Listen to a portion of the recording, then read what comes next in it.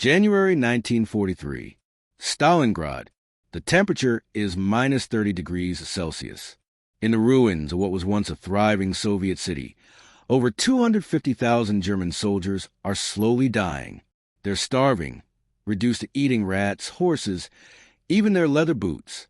They're freezing, their uniforms inadequate for Russian winter, frostbite claiming thousands. They're surrounded, trapped in a pocket that shrinks daily as Soviet forces tighten the noose. They're the Wehrmacht 6th Army, once the pride of Nazi Germany, now a frozen, starving, doomed mass. Their commander, General Friedrich Paulus, has been forbidden by Hitler to surrender, so they wait to die. This is Stalingrad, the battle that killed over 2 million people, destroyed an entire German army, and marked the beginning of the end for Nazi Germany. This is where Hitler's dream of world conquest died in frozen rubble and blood. This is the story of the bloodiest battle in human history, and how it changed the course of World War II. The Battle of Stalingrad lasted 6 months, 2 weeks, and 3 days, August 23, 1942 to February 2, 1943. The casualties are almost incomprehensible. Approximately 2 million killed, wounded, or captured. More people died at Stalingrad than in any other battle in history. The city was utterly destroyed. 90% of buildings reduced to rubble. Fighting occurred in ruins, sewers, factories, and individual rooms. Sometimes entire battles fought over a single staircase or basement. Soldiers froze to death in their positions. Civilians were trapped, starving, dying by the thousands. The Volga River ran red with blood. The Germans advanced building by building, then were destroyed house by house. Hitler ordered his army to capture the city bearing Stalin's name. It became a matter of prestige, ego, and ultimately catastrophic strategy. Stalin ordered the city defended at all costs, not one step back. The two dictators' stubbornness turned Stalingrad into a meat grinder that consumed entire armies. When it ended, Germany had lost its aura of invincibility. The Wehrmacht's myth was shattered. The tide of World War II had turned. This is Stalingrad, where Hitler's army went to die, and where the Soviet Union began the long, bloody march to Berlin. To understand Stalingrad, we must go back to June 22, 1941. Operation Barbarossa, Germany's invasion of the Soviet Union. Hitler committed 3 million soldiers, 3,000 tanks, and 2,500 aircraft to destroying the Soviet state. The initial advance was devastating. Soviet forces were overwhelmed, encircled, captured in hundreds of thousands. By December 1941, the Germans had advanced over 600 miles, reached the gates of Moscow, and killed or captured over 3 million Soviet soldiers. It seemed the Soviet Union would collapse, but it didn't. Winter came early and brutally. German logistics collapsed. Soviet resistance stiffened. And in December 1941, the Soviets counterattacked at Moscow, pushing the Germans back for the first time. Hitler's blitzkrieg had failed to knock out the Soviet Union. Now it would become a war of attrition, exactly what Germany couldn't afford. Summer 1942. Hitler launched Operation Blue, a massive offensive aimed at capturing the Caucasus oil fields that fueled the Soviet war machine. The plan was sound. Oil was the lifeblood of mechanized warfare. Without it, Soviet tanks and aircraft would be useless. But Hitler made a catastrophic decision. He split his forces. Army Group South was divided. One thrust toward the oil fields in the Caucasus, another toward a city on the Volga River called Stalingrad. Militarily, Stalingrad wasn't essential. It was an industrial city and transportation hub, yes, but it could have been bypassed. The oil was more important. But Stalingrad had one irresistible feature. It bore Stalin's name. For Hitler, capturing Stalin City became a propaganda prize he couldn't resist. For Stalin, losing the city with his name became unthinkable. Both dictators' egos transformed what should have been a secondary objective into the decisive battle of the Eastern Front. And 2 million people would die because of it. The German forces advancing on Stalingrad were led by General Friedrich Paulus, commander of the 6th Army. Paulus was 52 years old, an aristocratic professional soldier, intelligent, methodical, and obedient, perhaps too obedient. He'd served as deputy chief of staff during the planning of Barbarossa and was considered a capable officer. But he'd never commanded troops in combat before being given the 6th Army in January 1942. He was a staff officer promoted to field command, and in the coming months, that inexperience would show. Paulus's 6th Army was formidable. Over 270,000 men, hundreds of tanks, and strong Luftwaffe support. They'd advanced hundreds of miles, defeated Soviet forces repeatedly, and were confident of victory. They expected to take Stalingrad in a few weeks, another Russian city fallen to German might. They had no idea they were marching into a trap that would destroy them. The Soviet defense of Stalingrad was commanded by General Vasily Zhukov, appointed commander of the 62nd Army in September 1942. Zhukov was a street fighter, literally and figuratively. Born to a peasant family, he'd fought in the Russian Civil War as a teenager and risen through the ranks through sheer toughness and tactical ability. Zhukov understood urban warfare instinctively. "We will hold the city or die trying," he told his men. His strategy was brutal simplicity. Get close to the Germans, so close that German artillery and air support couldn't be used without hitting their own troops. Turn every building into a fortress. Fight for every room. Make the Germans pay in blood for every meter. Never retreat across the Volga. That was death. Hold the city at all costs. Zhukov's headquarters was often within a few hundred meters of German positions, sometimes under direct fire. He refused to abandon Stalingrad, even when German forces surrounded his command bunker. This was the man who would hold the city against impossible odds. August 23, 1942. The Luftwaffe launched the most devastating bombing raid of the Eastern Front. Over 600 German aircraft dropped thousands of incendiary and high-explosive bombs on Stalingrad. The attack was designed to terrorize and destroy, not to support ground advance, but simply to annihilate. Firestorms erupted across the city. Wooden buildings burned instantly. The city's infrastructure, water, electricity, communications, was destroyed. Civilians were caught in the open. Estimates suggest 40,000 civilians died in that single day, though exact figures are unknown. Survivors described hell, walls of flame, people burning alive, the Volga River itself seeming to burn as oil storage tanks exploded.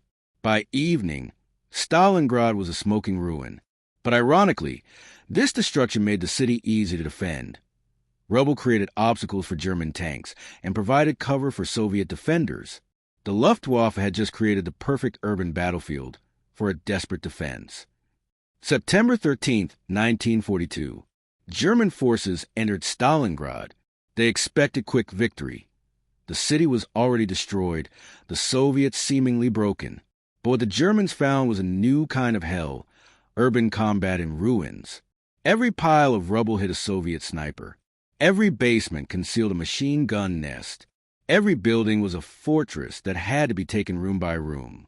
The Soviets fought from the sewers, from factory floors, from grain elevators. German artillery and Luftwaffe support, so effective in open terrain, was nearly useless in the rubble. Buildings would be bombed flat, but Soviet defenders would simply dig into the basement and continue fighting. The Germans called it Rattenkrieg, rat war, fighting in sewers, in darkness, at point-blank range.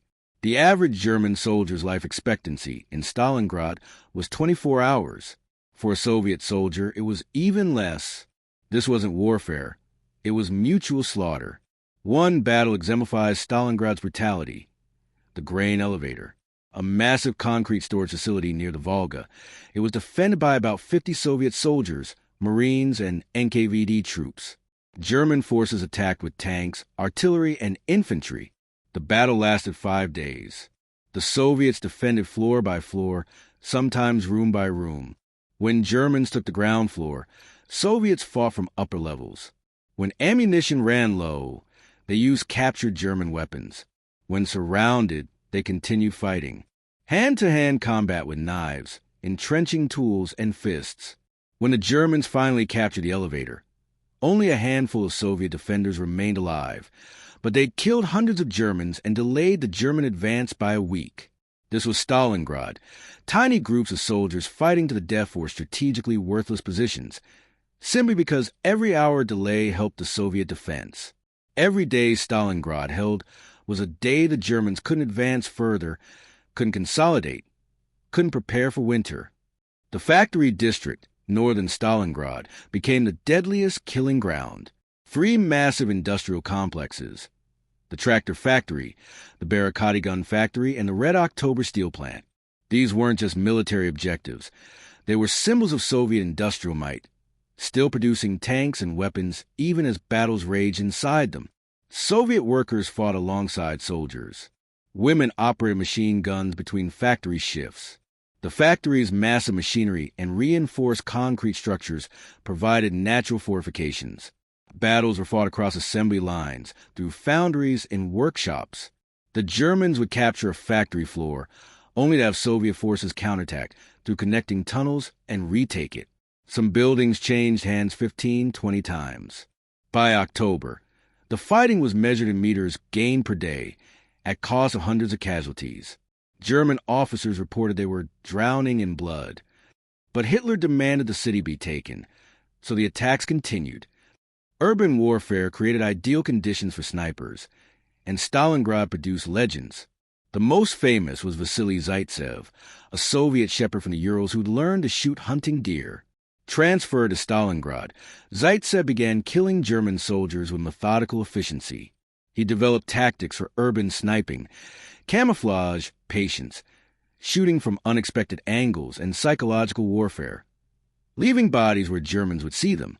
Soviet propaganda claimed he killed 225 Germans at Stalingrad, though the real number was likely lower but still significant. The Germans supposedly sent their own master sniper, Major Erwin Koenig, to hunt him. The duel between Zaitsev and Koenig was later dramatized in films, though historians debate whether Koenig actually existed. But Zaitsev's role was real. He trained other snipers, improving Soviet capabilities. More importantly, he provided hope, a symbol that individual Soviet soldiers could defeat the seemingly invincible Germans. In a battle of millions, sometimes individual heroes matter. September 27, 1942. Sergeant Yakov Pavlov and a small platoon of Soviet soldiers captured a 4-story apartment building overlooking a key square. For the next 58 days, they held it against constant German attacks. Pavlov's house, as it became known, was fortified like a medieval castle. Minefields laid around it, barbed wire strung. Firing positions created, basement turned into supply depot connected to Soviet lines by tunnel. About 25 Soviet soldiers defended it against entire German battalions. The Germans attacked with tanks, artillery, and infantry. Nothing worked. The building's strategic position meant holding it prevented German control of the surrounding area. Soviet command later joked that more Germans died trying to take Pavlov's house than died capturing Paris. An exaggeration, but it captured the building's symbolic importance. It proved that small, determined groups could hold against superior forces. It became a fortress, a legend, and a symbol of Stalingrad's defense. Ordinary soldiers in an ordinary building, achieving extraordinary things. The Volga River was Stalingrad's lifeline, and its most dangerous crossing. Soviet forces held a thin strip of land along the western bank, supplied only by boats crossing the Volga from the eastern shore. Every supply run was potentially suicidal. German artillery and aircraft targeted the crossings constantly. Boats were sunk daily. Soldiers drowned. Supplies were lost. But the crossings continued. Every night, in all weather under fire. Fresh troops ferried across. Ammunition, food, and weapons brought in. Wounded evacuated. The boatmen, often women, showed extraordinary courage, making multiple runs per night despite appalling casualty rates. If the Volga crossing stopped, Stalingrad's defenders would be starved out within days. So they continued, no matter the cost. The Volga itself became a graveyard. Bodies floated downstream. Wreckage littered the banks. But as long as the crossings continued, the city could hold, and hold it did. October 1942. The Rasputitsa, the Russian mud season, arrived. Autumn rains turned the steppes into impassable swamps. German supply lines, already overstretched, collapsed further. Vehicles became stuck. Roads disappeared. Ammunition, food, and winter clothing couldn't reach the front. German soldiers in Stalingrad were slowly being cut off from supply. wearing summer uniforms as temperatures dropped, eating reduced rations as food became scarce. Meanwhile, Soviet supply lines shortened. The Volga crossings were just a few hundred meters. Stalin had moved entire factories east, out of German reach, and they were producing weapons the defenders desperately needed. The balance was shifting. The Germans had advanced the furthest they ever would, controlling about 90% of Stalingrad. But they couldn't take that final 10%, the strip along the Volga where Chukov's 62nd Army clung to survival. And now, autumn was giving way to winter, the most brutal winter yet. November brought winter, and with it, renewed horror. Temperatures plummeted to -20, -30 Celsius. German soldiers, still in summer uniforms, froze. Frostbite was epidemic. Thousands of casualties from cold alone. Weapons froze and malfunctioned. Vehicles wouldn't start. Medical supplies were exhausted. Food was scarce. But Hitler forbade retreat. The fighting continued in conditions that should have made combat impossible. Soviet soldiers, better equipped for winter and fighting in their own ruins, had slight advantage. But they too froze, starved, and died in huge numbers. The wounded often froze to death before they could be evacuated. Bodies piled up. Too frozen to bury, they became fortifications and cover. Stalingrad in winter was held frozen solid, and neither side could escape. German soldiers' letters home tell the story of mounting despair. September. We're advancing. The Russians resist fanatically, but will take the city soon. October. The fighting is harder than we expected. We take buildings, but the Russians counterattack. I haven't slept properly in weeks. November. I don't know if this letter will reach you. We're cold, hungry, and running low on ammunition. Please pray for me. December. Letters stopped reaching Germany. The 6th Army was encircled. Soviet soldiers' letters reveal similar suffering. We fight not for glory, but for survival. For our families. For our country. The fascists must not pass. Family letters to the front often never arrived. Soldiers were dead before mail reached them, or they received letters addressed to friends already killed, creating cascading grief. The Battle of Stalingrad was experienced by millions of individuals, each with family, hopes, fears, who found themselves trapped in mechanized slaughter beyond comprehension. Thousands of civilians remained trapped in Stalingrad throughout the battle. Stalin had forbidden mass evacuation. Soviet forces prevented flight across the Volga, and German encirclement blocked escape. These civilians lived in cellars and sewers, emerging only to scavenge food and water. They froze, starved, and died from disease, shelling, and crossfire. Children were born during the battle into hell. Families were torn apart. Women were raped by soldiers of both sides. Civilians were forced to dig trenches, carry ammunition, or executed as suspected partisans. Estimates suggest 40,000 civilians died during the battle, though exact numbers are unknown and likely higher. The city's population before the battle was 400,000. By February 1943, only about 10,000 remained. The rest were dead, evacuated late in the battle, or had fled. Stalingrad wasn't just a military battle. It was a humanitarian catastrophe. A city of civilians turned into collateral damage in dictators' egos. By late October, the battle had reached stalemate. The Germans controlled most of Stalingrad, about 90%, but couldn't eliminate the Soviet defenders clinging to the Volga bank. Every German attack gained a few meters at cost of hundreds of casualties. The 6th Army was exhausted, under strength, freezing and running low on supplies. German commanders requested permission to withdraw to defensive positions for winter. Hitler refused. Where the German soldier sets foot, there he remains. But the Germans weren't advancing.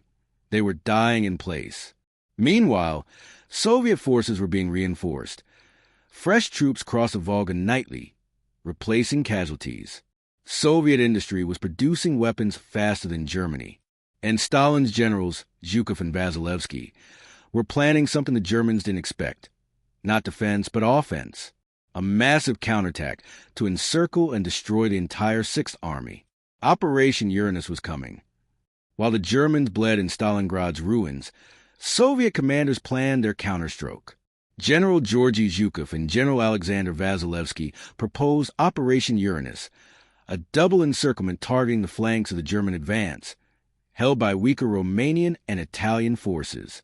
Two massive pincers would attack from north and south, meeting west of Stalingrad, cutting off the entire Sixth Army. It was ambitious, requiring precise coordination, massive force concentration, and absolute secrecy.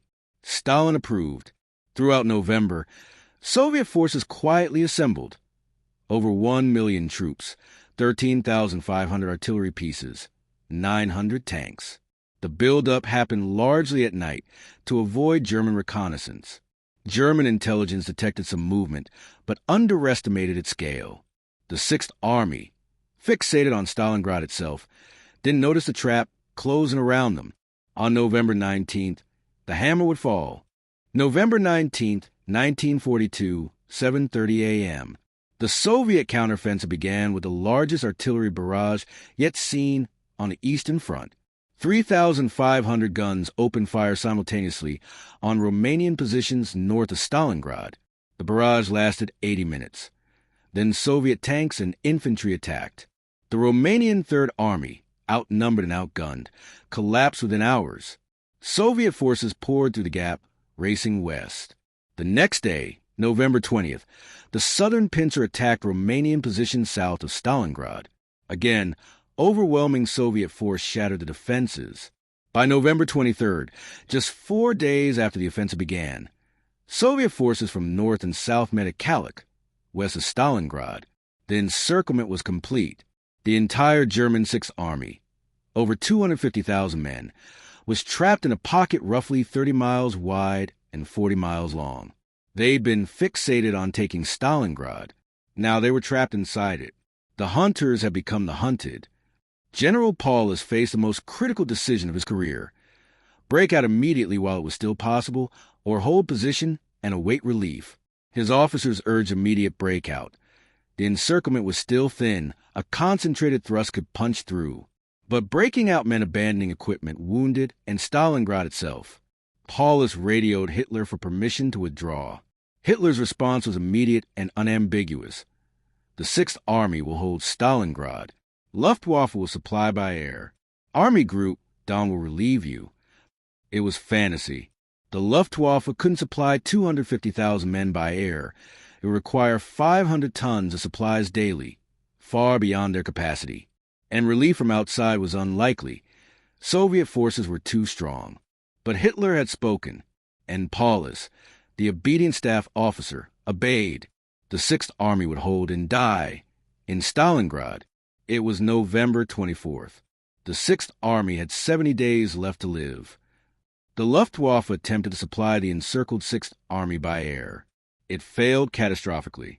Hermann Göring had promised Hitler the Luftwaffe could deliver 500 tons of supplies daily.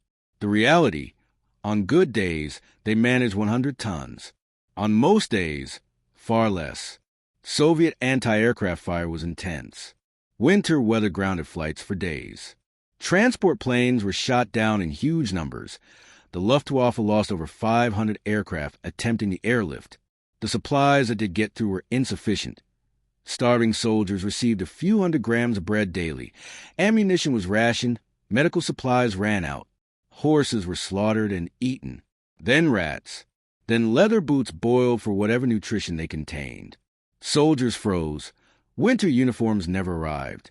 Disease spread: typhus, dysentery, frostbite, gangrene.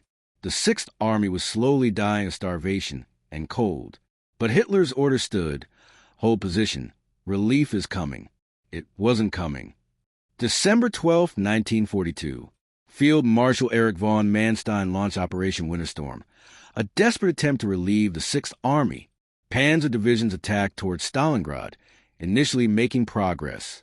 By December 19th, they were just 30 miles from the pocket, close enough that the Sixth Army could hear their artillery. Manstein signaled Paulus, "Break out toward us. We'll meet you halfway." But Paulus refused. Hitler had forbidden abandoning Stalingrad. Paulus wouldn't disobey. Meanwhile, Soviet forces launched new offensives targeting other German positions, threatening to encircle Manstein's relief force. Manstein had to withdraw to avoid his own disaster. By December 23rd, Operation Winter Storm had failed. The Sixth Army was doomed. Paulus must have known it. His officers knew it. His soldiers knew it. But Hitler's order remained: hold Stalingrad. And so they did, waiting to die while winter and starvation slowly killed them. Christmas Day, 1942. In the Stalingrad pocket, German soldiers tried to observe the holiday. Some fashioned Christmas trees from branches. Officers distributed tiny portions of hoarded chocolate. Chaplains held services in frozen bunkers. Soldiers wrote letters home, knowing they'd probably never be sent, that their families would never read them. Many wrote final messages: acceptance of death. The rations that day were slightly larger than usual. Still starvation portions. Temperature was minus 30 Celsius. Thousands were too weak from hunger and cold to move. The hospitals, crowded cellars with no medicine, were death houses where wounded froze. Outside the pocket, German radio broadcast Christmas music and messages of hope. Your comrades in Stalingrad are thinking of you. Inside, soldiers listened and wept, knowing it was lies. They weren't going home. They were going to die in Stalingrad. Christmas 1942 was the last Christmas most of them would ever see. January 1943. The Soviet forces began systematically reducing the pocket. Artillery bombardments, infantry attacks, tank assaults. The pocket shrank from 40 miles wide to 20, then 10. German defensive positions collapsed. Units ceased to exist as organized formations. Soldiers surrendered in groups, first dozens and hundreds, then thousands. Some fought on desperately. Others simply sat in ruins waiting for capture. Medical facilities were overwhelmed. 20,000 wounded crammed into cellars with no medicine, no food, no heat. Soviet forces offered surrender terms: reasonable treatment, medical care, repatriation after the war. Paulus requested Hitler's permission to surrender. Hitler's response: the Sixth Army will hold to the last man. But there were no men left, just frozen, starving ghosts waiting for death. January 30th, 1943. Hitler promoted Paulus to Field Marshal, the youngest in the Wehrmacht. It was a cynical gesture. No German Field Marshal had ever surrendered. Hitler expected Paulus to commit suicide rather than be captured, providing a heroic narrative for propaganda. But Paulus, exhausted and defeated, had no intention of dying for Hitler's ego. The pocket had shrunk to a few square miles. Over 100,000 soldiers were dead from combat, starvation, or freezing. Another 90,000 remained, most unable to fight, many unable to walk. The Sixth Army no longer existed as a combat force. It was a dying organism waiting for the end.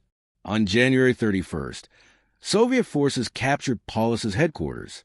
He surrendered without resistance. The newly promoted field marshal became a prisoner of war. Hitler was furious. Paulus had dishonored himself in Germany. But Paulus had simply chosen life over meaningless death. February 2nd, 1943. The last German units in Stalingrad surrendered. Small groups had held out in pockets after Paulus's surrender, some not knowing their commander had capitulated, others too fanatical to quit. But by February 2nd, it was over. The Battle of Stalingrad had lasted 6 months, 2 weeks, and 3 days. The casualties were staggering. Approximately 1.1 million Soviet casualties, killed, wounded, captured, though exact figures remain disputed. German and Axis forces, around 850,000 casualties. Total, nearly 2 million. The city was obliterated, 90% destroyed. And the German Sixth Army, once the pride of the Wehrmacht, had ceased to exist. Of 250,000 encircled, over 150,000 died in the pocket. 90,000 were captured. Of those prisoners, only 6,000 would survive Soviet captivity and return to Germany. The rest died from wounds, disease, starvation, and harsh treatment in Soviet camps. The last prisoners weren't repatriated until 1955. Stalingrad was over, but its effects would echo for the rest of the war and beyond. The 90,000 German prisoners faced a new hell. Weak from starvation and sickness, they were marched through freezing weather to Soviet POW camps. Thousands died on the march, simply collapsing and freezing. The survivors reached camps where conditions were brutal. Overcrowding, minimal food, no medical care, and forced labor. Soviet authorities, themselves dealing with massive civilian suffering, had limited sympathy for German prisoners. Of the 90,000 captured at Stalingrad, approximately 50,000 died within months. Others survived years of harsh captivity. Some were tried for war crimes. The last prisoners, about 6,000 men, weren't released until 1955, 10 years after the war ended. They returned to Germany as old men, changed forever by Stalingrad and captivity. General Paulus survived captivity and returned to East Germany, where he lived until 1957, a controversial figure viewed by some as traitor, by others as realists who saved lives by surrendering. Stalingrad changed the war fundamentally. Before Stalingrad, Germany appeared invincible. It had conquered most of Europe and seemed capable of defeating the Soviet Union. After Stalingrad, that myth was shattered. The Wehrmacht had lost an entire army, not retreating tactically, but destroyed utterly. Axis allies, Romania, Italy, Hungary, realized Germany could lose. Their commitment wavered. At home, German morale suffered. Families received death notices from Stalingrad. Propaganda couldn't hide the disaster. Globally, the Allies understood the tide had turned. Soviet resistance had broken German offensive power. The Red Army would now advance westward, liberating Soviet territory, then advancing into Eastern Europe, eventually reaching Berlin. Germany was still powerful. The war would continue for over 2 more years. But after Stalingrad, Germany was losing. The question was no longer if, but when. Why did Germany lose at Stalingrad? Multiple factors. First, strategic overreach. Splitting forces between Caucasus oil fields and Stalingrad dispersed German strength. Second, Hitler's interference, forbidding retreat, demanding Stalingrad be taken for propaganda reasons. Third, urban warfare, negated German advantages in mobility and combined arms. Soviet defenders, fighting in rubble, neutralized German tactical superiority. Fourth, logistics. German supply lines were overstretched, while Soviet lines shortened. Fifth, weather. Winter came early and hard, freezing Germans lacking winter equipment. Sixth, Soviet recovery. After initial defeats, the Red Army learned, adapted, and improved. Seventh, Soviet determination, defending a city bearing Stalin's name. Soviet soldiers fought with fanaticism Germans couldn't match. Eighth, timing. By late 1942, Soviet industry was outproducing Germany. Finally, leadership. Soviet commanders Zhukov, Vasilevsky, and Chukov made better decisions than German commanders constrained by Hitler's rigid orders. Stalingrad was lost not by a single mistake, but by cascading failures: strategic, tactical, logistical, and leadership. Behind the statistics, 2 million casualties, were individuals. German soldiers like Wilhelm Hoffmann, whose diary entries trace his journey from confidence in August to despair in December, ending with his death by starvation in January.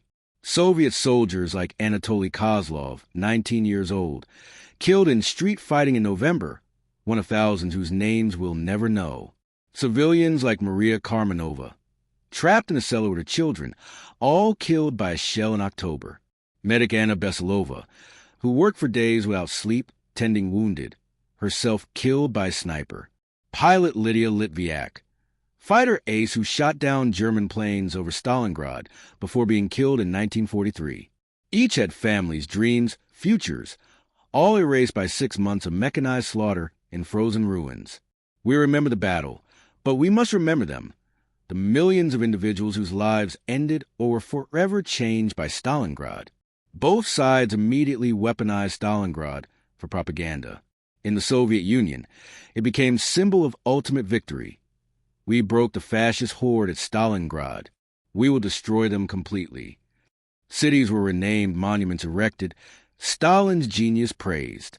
Soviet propaganda exaggerated German losses and minimized Soviet casualties. In Germany, Goebbels struggled to spin the disaster. The Sixth Army fought heroically to the last man. But German civilians knew The death notices arriving from Stalingrad couldn't be hidden. Morale plummeted. Globally, Stalingrad became synonymous with turning point. Churchill, the hinge of fate has turned. Roosevelt, the tide is turning. Allied propaganda emphasized Soviet sacrifice and courage, strengthening the alliance. Stalingrad wasn't just a battle. It became myth, symbol, and political tool used by all sides to shape narrative and morale.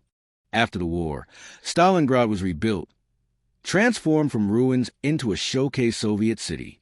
Stalin ordered reconstruction as demonstration of Soviet resilience. The city was essentially built from scratch, new buildings, wide boulevards, parks, and monuments. In 1961, after Stalin's death and de-Stalinization, the city was renamed Volgograd. The name change was controversial. Many veterans opposed erasing Stalin's name from the city they defended, but the city itself became a memorial. Mamayev Kurgan, the hill that was Stalingrad's strategic center, became site of enormous monument, the Motherland Calls, a massive statue of a woman with raised sword. Museums documented the battle. Ruins of important buildings were preserved. Today, Volgograd is a modern city of about 1 million people. But Stalingrad's ghost remains. The battle defines the city's identity forever. Military historians study Stalingrad for lessons about urban warfare, logistics, and strategy. Urban warfare lessons. Cities are force equalizers. Defenders with inferior equipment and training can inflict massive casualties on superior forces in urban terrain. Close combat negates technological advantages. Every building is potential fortress. Logistics lessons. Armies cannot be supplied by air alone. The airlift failed because physics and enemy action made it impossible. Overextended supply lines doom offensives. Strategic lessons. Prestige objectives make poor military goals. Fighting for Stalingrad because of its name wasted German strength. Knowing when to retreat is as important as knowing when to attack. Leadership lessons. Hitler's inflexible command killed the Sixth Army. Paulus's excessive obedience prevented breakout that might have saved his forces. Soviet victory came from adapted strategy. After initial defeats, they learned and improved. Stalingrad validates defensive urban warfare, importance of logistics, and dangers of prestige over strategy. How does Stalingrad compare to other great battles? In casualties, it exceeds even Verdun, WWI's bloodiest battle. In duration and brutality, it rivals the siege of Leningrad. In strategic impact, it matches Midway, Kursk, and Normandy as war's turning points.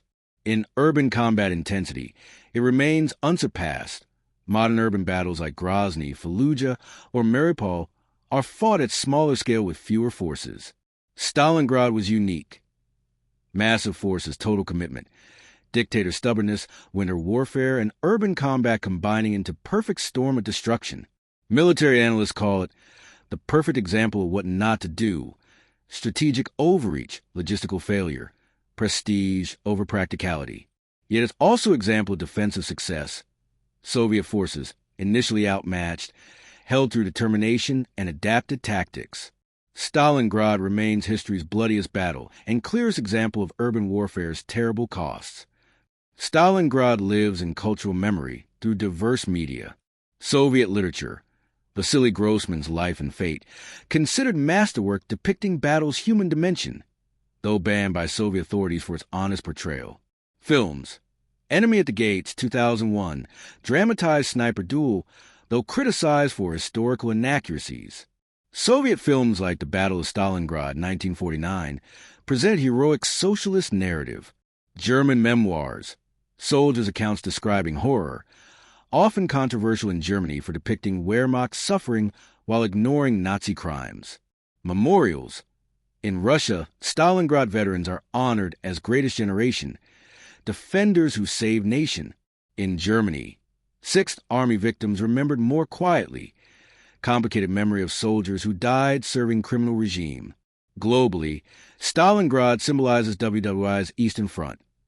Often forgotten in Western narratives focus on Normandy and Pacific, but Eastern Front was war's decisive theater. Stalingrad forces recognition of that reality. Stalingrad influences modern military thinking, especially in Russia.